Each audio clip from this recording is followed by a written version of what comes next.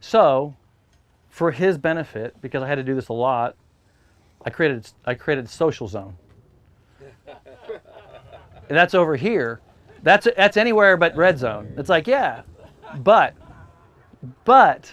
and it's okay. Crack jokes, have fun, whatever, but go through red zone. Because what I would do, I had to learn this. What I would do is I'd crack a joke, then I'd go right into green zone, try to hit a shot, and I was so out of rhythm. It was so like, I didn't feel good, and I played terrible, and it wasn't fun. It wasn't fun for me to feel that bad playing golf. I just felt bad about it. I was like, I just don't feel like, you know. So then I said, oh, yeah, no, I get it. So, yeah, social, whatever. All right, then come back here, and it's like a reset. All right, got it. Then it puts me back into the rhythm of hitting a good shot. That's why you have to go through red zone. You have to get that set. Got it. Right? Give yourself a chance. Because I wasn't giving myself a chance. I was being social and running out there and trying to make a good swing. And it was just rushed and didn't feel good. When you are playing in a tournament with other pros playing, is that environment focused on golf? Or is it, like as a kid growing up, I watched Arnold Palmer and Lee Trevino, and they just kind of joked and talked to the crowd as they went down. And the first golf tournament that I really went to, I was like Hale Irwin and all these. I'm like, they don't talk to each other. They just hit, walk to the ball, hit again, and like there's no interaction, there's no social discourse or anything. I'm like, I was Nope. kind of shocked. No, it's niceties. Good shot. All right, good one. You know, maybe they hit a good shot. Like, good one. We don't talk about anything. As they're walking down the fairway together, you got all this time. No. Not interested. It's not. I mean, and to be honest with you, it's more. I'd rather call it more of an empty. It's more of not engaging the mind, not letting the mind get active. It's just, I'm just in the moment. I'm in this moment, and I'm gonna enjoy this moment and appreciate this.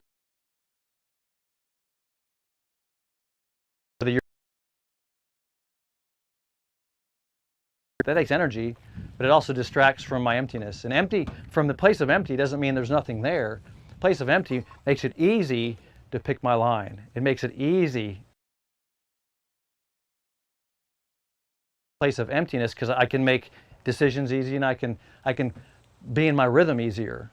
But when I'm engaged, that was my problem with social golf, was that you would engage me, and my rhythm. See, rhythm is all it's what's going on in my head. And I would feel like I had to empty this before I would hit that shot. Well, I couldn't go from your thoughts to an emptiness to my execution. The rhythm was just so fast that I didn't hit good shots. I still to this day can't do it. I play terrible golf if I get into too much social interaction. Terrible. I don't want to do it. I'd rather not do it. My wife is oh, you played golf with John. How's Joe? Spend 4.5 hours with him. I said, yeah. No idea. We're playing golf. Well, No idea. I wouldn't have any idea. no, because on the tee box we don't talk. And after we hit our shots, I'm over here, he's over there. We don't see each other on the green. And on the green, we don't talk if we're putting. And then you got. Well, I'll tell you what I do to my brother. In the tee box. If my brother leaves his phone on when we play, I call the office and go, call Tim in about an hour and say the website's down. Just do it. Because he'll go berserk on the course, and I'll beat him. And you're like, sorry. I'll beat him because he left his phone on, and I got him. And I got it, and he'll be like, you did it again. So I got to find other ways to do it now because he's learned some of it. But if he leaves his phone on, I try to distract him, like call him, text him while he's out there, you know. But no, I'm the same way though. I like to just, you know, Tim and I when we play, we stay in just a rhythm. I mean, we don't talk about much. You know, we may talk a little bit, but we don't even ride in the same cart half the time. You know, I don't want to talk about anything. I just want to play golf. I want to enjoy the experience of, I got it. It feels good. This feels good. I got it. It feels good. I just want that experience. And I just want to have that experience and do that and play golf. So I don't want the experience of the social part of it. I can do that other places. But that's, the golf course isn't a place I do that. I'm not saying you shouldn't. I'm not saying that's not a good place to do it. I'm just saying that for me, that's not what I do. Yeah. Yeah. And like I started taking guests to the club last year. I thought it'd be fun. Take some guests out there. I had stopped taking guests out there because it's not fun. And maybe it shouldn't be fun for me necessarily because maybe I'm teaching, but I just don't play then. Like I'll just coach and help them and watch them play and enjoy them playing, but I don't try to play because it's not my rhythm. It's not my rhythm. Now I might hit a shot or two and whatever, but I just don't play.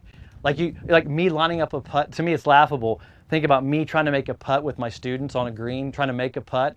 Doesn't make any sense to me because I'm grinding over a putt trying to make it and still be a teacher. It's like, it feels too selfish in a way. I don't know. It just doesn't feel right to me. You go play around just by yourself? That's all I do. That's all I do. Tonight I'll probably go play 9 holes. That's what I do. I just hop in my cart and go play 9 by myself. I love it. It's just nothing more enjoyable to me than doing that. And by the way, when I played tournaments, I was playing by myself too. I mean, the same way. It felt the same way to me. I had no idea what my playing partners were doing. No idea. Not a clue. I couldn't tell you if there was. That's why the guy was telling me to put the flag in the hole. I had no idea. I was in my world. I had no idea. I mean, he caught me by surprise. Put the flag in the hole. Oh, I didn't know I wasn't. I was just doing my thing. You know? So yeah, I was in my world. But it's not a focus thing. It's not like I'm grinding focused. It's a not thinking thing. It's an empty thing. It's like, you know, I'm just enjoying. And by the way, I'm a technical guy. Like, you know, you watch me, I'm technical at the swing. I'm very technical. When I play golf, develop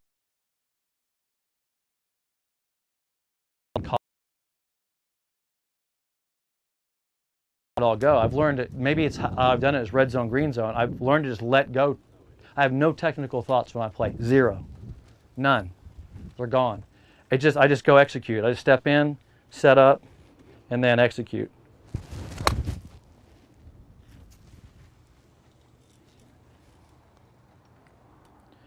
Okay. I'm already going live. Oh, you're already live? Yeah. You want me to go over there? Yeah. Okay. All right, well, let me do this. I'm going to go through the bag, hit some shots, because these guys want to put some on live stream. But here's what I want you guys to do.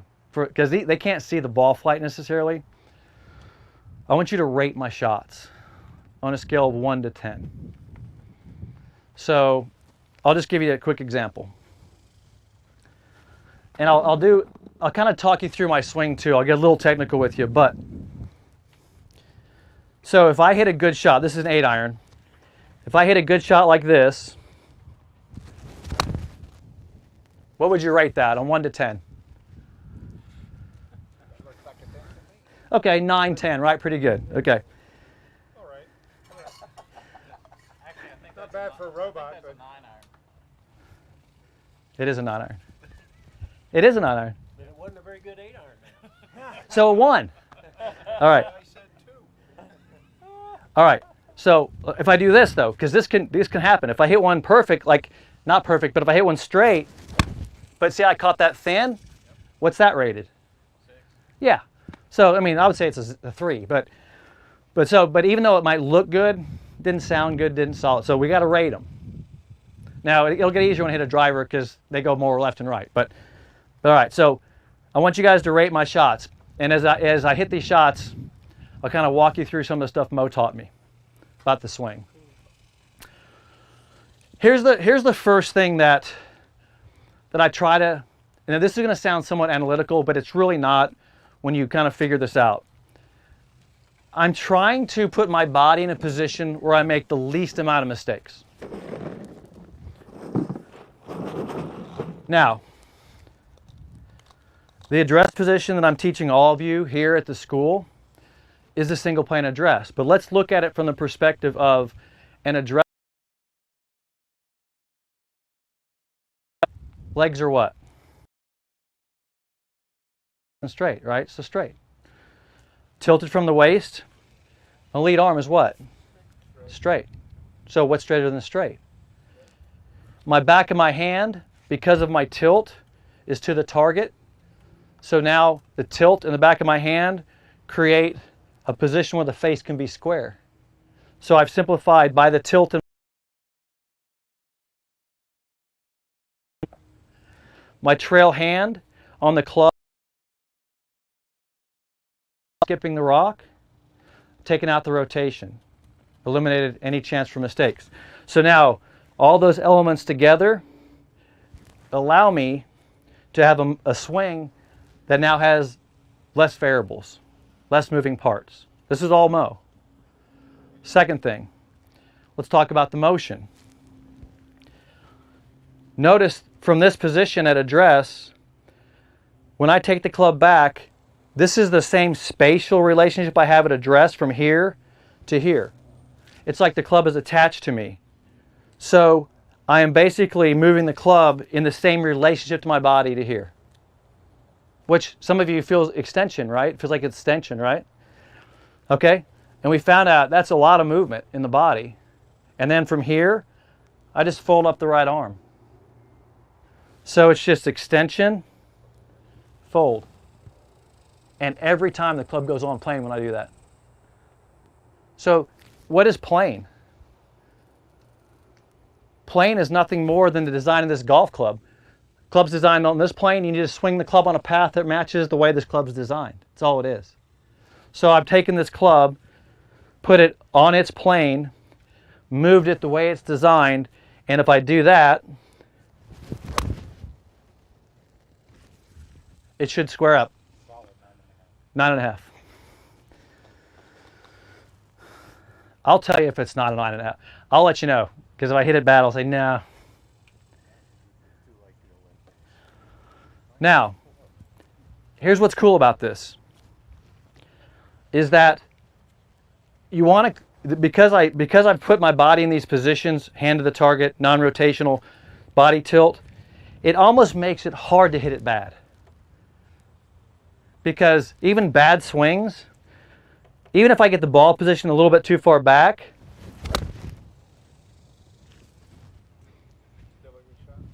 yeah, that was a 10. I hit that good, right on my line. And that was the ball a little back. I mean, maybe it came off a little lower than the last one. Ball too far forward. Here's ball position. I got it out here at the end, or the O in zone. So the ball's too far forward. Here's that same swing. 8.5. But higher. But it's hard for me not to get the face square. Right? Let me hit some a little longer here.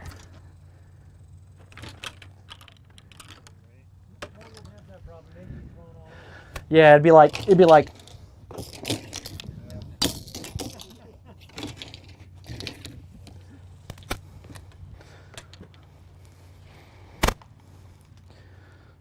all right, this is 7-iron. Check that. But look, same swing. The shaft got longer lever. I'm further from the ball, but the swing's not going to change. Same exact motion. Arms straight, tilt the body, same motion. Rate it. I hit it a little low, one groove down, so let's call it an 8. One groove down on that one. You're going for the third line, third groove, or the fourth? Yeah, I'm going for the 3.5. Feels better at 3.5. That was like 3. We're at the target though, maybe a half club short. All right, same thing. So what I do is I extend, because if I extend, I can't do anything else. It's like the only place my body can go. So I extend first, and then it creates the same relationship with the club to my body. So it's extension, width, return. It's what it really is. That's 10 all the way right there. That's good. That's as good as I can hit it. Spray, put on your club so when you hit the ball you can see if you're hitting high, low, left, little right, center, left, center. I don't pay attention to that. I mean, okay, you hit it high in the face. What are you going to do? What are you going to change? You hit it low in the face. What are you going to change? Problem is you don't know, and I don't change. I just keep doing what's right. Keep practicing the correct things. That's all that matters. So you can measure it. That's a way of measuring, is it working? But you don't know what to change because the data you're getting, you don't know how to interpret the data. So the data is worthless if you don't know how to interpret. Data is worthless if you don't know how to interpret it. Worthless. So why collect it? And the only data you need is your swing in the correct position or not. It's pretty simple. So, and I always tell people that the solution to every golf swing, match the model, do what's right. It's all in the model. Just match the model. It will work. I promise you. It will work. If your grip is wrong and your club face is closed, there it is. Fix that. If you're sliding your hips, fix that. I'm hitting it high in the face, but you're sliding your hips. Let's fix the body, and then this will work itself out. It'll be fine. So yeah. So don't worry so much about those things, you know.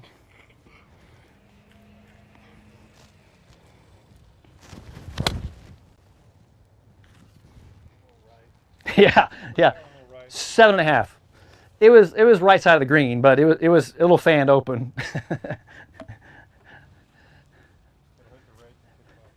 Yeah. Get left. Your whole partner. Your whole partner. All right, straight lines.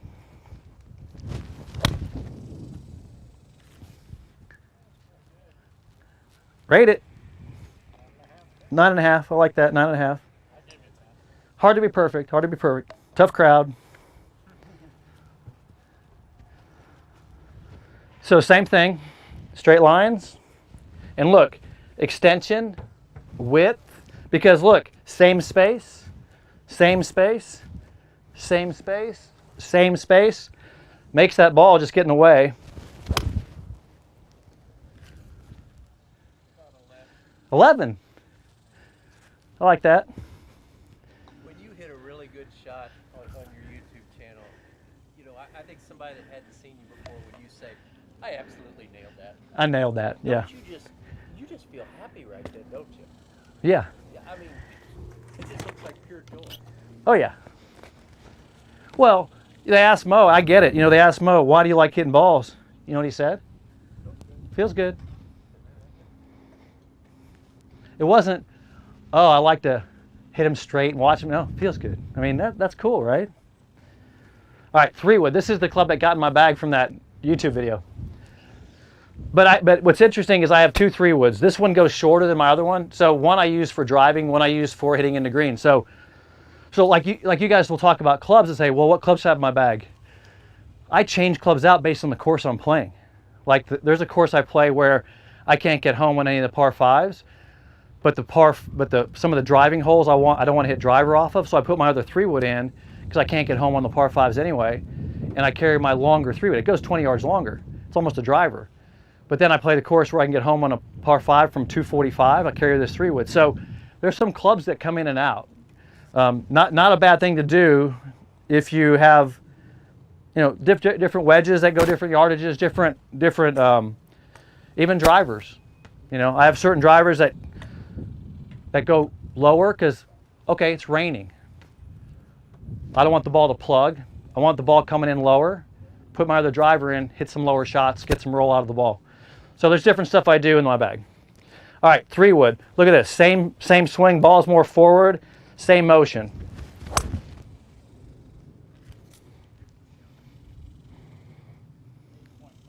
.5. That's about right.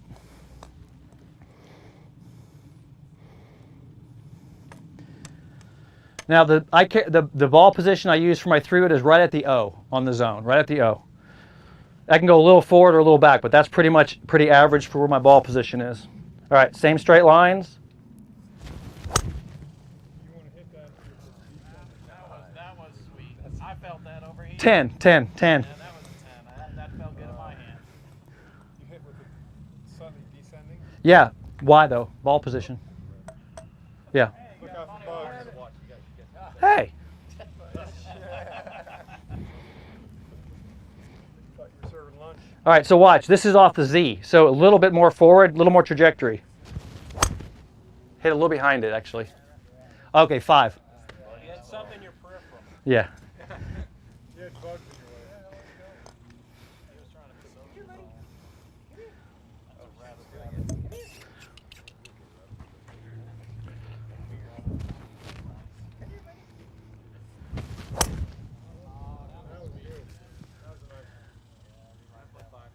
9.5. 9.5.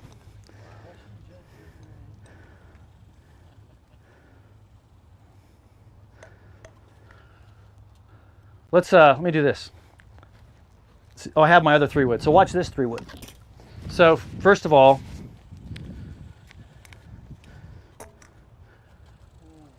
so it's a little longer, and it has 14.5 degrees, so it has a little less loft. But this one goes about 20 yards further. So this is more of a hit it off the tee a few times, but watch the trajectory of this 3-wood. See, you can tell, right? 20 yards further. Comes off faster, comes off lower, rolls further.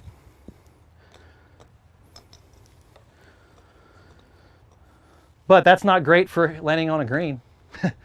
It's not going to stop from 245. It's going to run across. So, and with this club, because it's 14.5 degrees, I have a hard time adding trajectory to it because it's so long. So I just don't like. It's a driving club.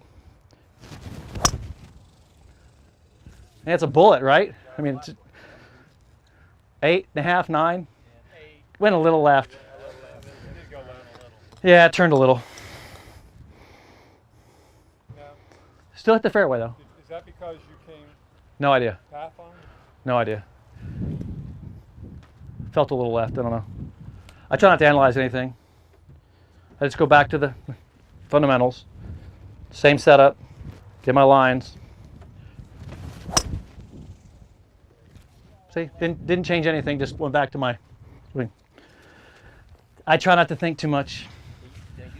I do my thinking when I train. That's where I do my thinking. When I'm demonstrating hitting balls playing, I execute. Yeah. When you're in your coach ground, even though you're working on something, you're not analyzing what you did wrong. You're just like, I'm going to get back to what's right. Yeah, that's it. That's exactly it. I never look at what I'm doing wrong. That's a great way to put it. I always just keep going back to what I want to do right. But you knew something was wrong, so that's why you're trying to get back to right. Well, I need to identify what's not. Leave the course with that feeling. Well, let me say the last time I hit it badly.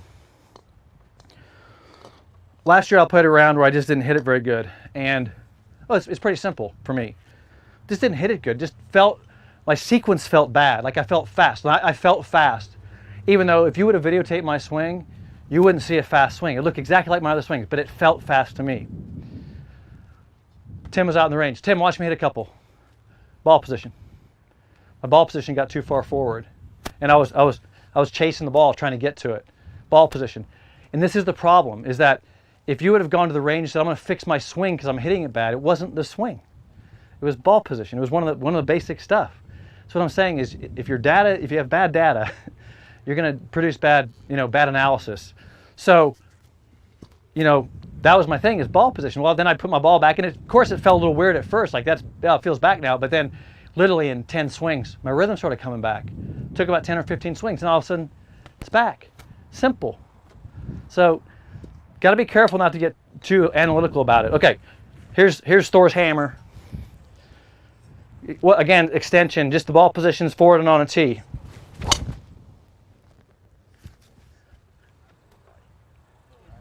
That's 9.8.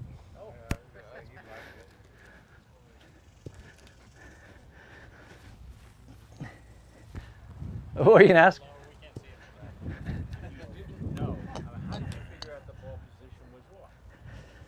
Well, Tim showed me. Well, you can use this. See, this is like a stand. Right. See, that's the problem. And that's what happens on the course. Because I'll tell you, and like I track my rounds. Like maybe you guys track your rounds. When I play in a ton of wind, I start getting wacky ball positions, because trust me, when you're sitting into a 25-an-hour wind and you're hitting into some of the greens that I play on, like some of these holes are so hard, and a little too much spin in that ball is double bogey. You start kind of wanting to, it just happens to everybody, fighting the elements. So if I play too many rounds where I haven't really used I haven't used my alignment trainer, because I use this almost every time I hit balls. I check my ball position. But I've played a bunch of golf in a bunch of weird conditions. My ball position starts getting weird. you got to check your ball position. Tim too. Tim's the exact same way. It's like good players have this ball position thing. We're always kind of fighting our ball position a little bit. All right, same thing. I got a little. I'm gonna hit a little higher on this one. Ball's teed up a little bit higher. Ball's a little more forward.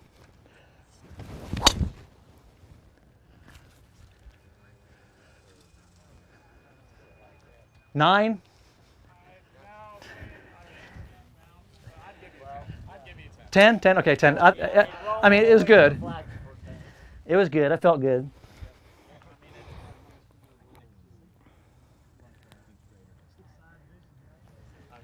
So Todd, you get your speed from this trigger right here. This trail arm is your speed. If you want to hit it further, what are you doing? If you want more speed, what are you doing? Try to get the club to go faster, which means it's a combination of pulling and extending. You have to do both. So it's an upper body and it's like I'm pulling and throwing faster. But I don't do that very often. Yeah, it's not faster hips. No. It's not that.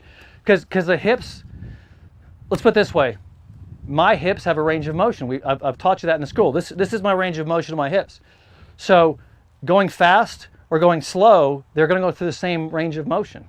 It just stabilizes the motion. Yeah, but these are the speed producers. Speed producers are up here. The torso, arms, hands, and not even the hands, it's the wrists. So it's the wrist, arms, shoulders, torso produce the speed. So stabilize the upper body. And so the upper body is where I'm going to get the speed from, but if you're not stable, you can't get it, right? So stabilization and just accelerate the club.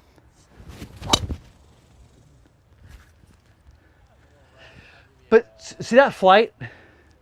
That's why I did that to this driver, because that's like the flight where it goes, and it kind of goes, it just never goes that way. Never sees the left side of the golf course. I'll bet you can get one of those windows over there. So when these conventional guys are talking about, the most important thing, Gary Player has talked about, the most important thing is clearing the hip. In Bobby Jones' book, he's talking about, connecting the club to the body, clearing the hip, not pulling the arms down. They're not wrong. You have to open the pelvis. They're not wrong. But they don't have any data. The motion, it connects it all. They don't have any data. But they're not wrong. I mean, they're not wrong saying you have to open your pelvis. But what I don't like in instruction is the lack of clarity to it. Open your hips. What does that mean? Like, what does that mean? Turn your hips fast. What does that mean? Yeah, I turn my hips fast. I turn them fast, probably faster than some. But does that mean that I turn them as fast as I can and come out of my shoes and straighten my leg? No, within a limit. Within a limit. So I'm going quickly within my limits. So yeah, I turn my hips fast, but I'm limited too. So there's got to be some definition to it. That's what I've been trying to do as an instructor, is define things. 40 degrees of pelvis rotation, 35 plus at impact. There's your range of motion. Knee flex, foot down. That's how you need to limit your body's movement. Now, train within those limits. And it works because it leaves the upper body in a position where it can get to the ball. So you're going to see, that's why I want my foot on the ground and my knee flexed. And that's the best flight I've hit, right? That's a 10. That's the best. You saw the flight on that because it looks like it's just never going up. Check the hole, because the hole might be in. Yeah, I hit that good. That speed is upper body. Mo talked about being an Upper body. player. Yeah. Upper body. You can't get that if your lower body's all out of whack. You can't get that if your lower body hasn't reached its range of motion. You have to get the range of the body because, like, stand up, don't turn your pelvis. And I showed you yesterday, if you don't turn your pelvis, your torso is limited. Yeah. I open my pelvis, torso can then release. So, Like a slingshot. The rubber band throws the rock, but if the Y stick isn't there, the rubber band. yeah, exactly. Yeah. All right, watch this. I'll put it a little further back because it doesn't matter to me how far I put it back.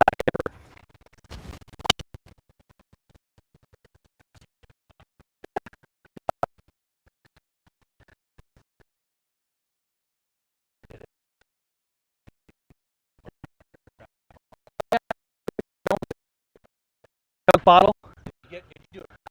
glass. Couldn't get, no, we smashed them all. I couldn't do it. I have no idea how he did it.